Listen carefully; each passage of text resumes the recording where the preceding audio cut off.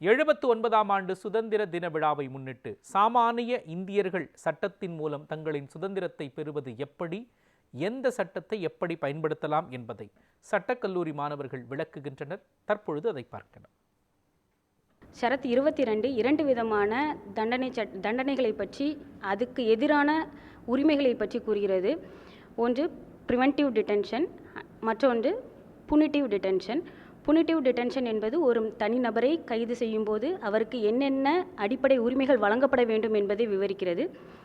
Punitive டிடென்ஷனை பொறுத்தளவுக்கு ஒரு நபர் கைது படும்போது கைது செய்யப்பட்ட நேரத்திலிருந்து 24 மணி நேரத்திற்குள், இதில் அவருடைய டிராவலிங் டைமை குறைத்து மிச்ச 24 மணி நேரத்துக்குள் அவரை மேஜிஸ்ட்ரேட் முன்பாக ஒப்படைக்கப்பட வேண்டும்.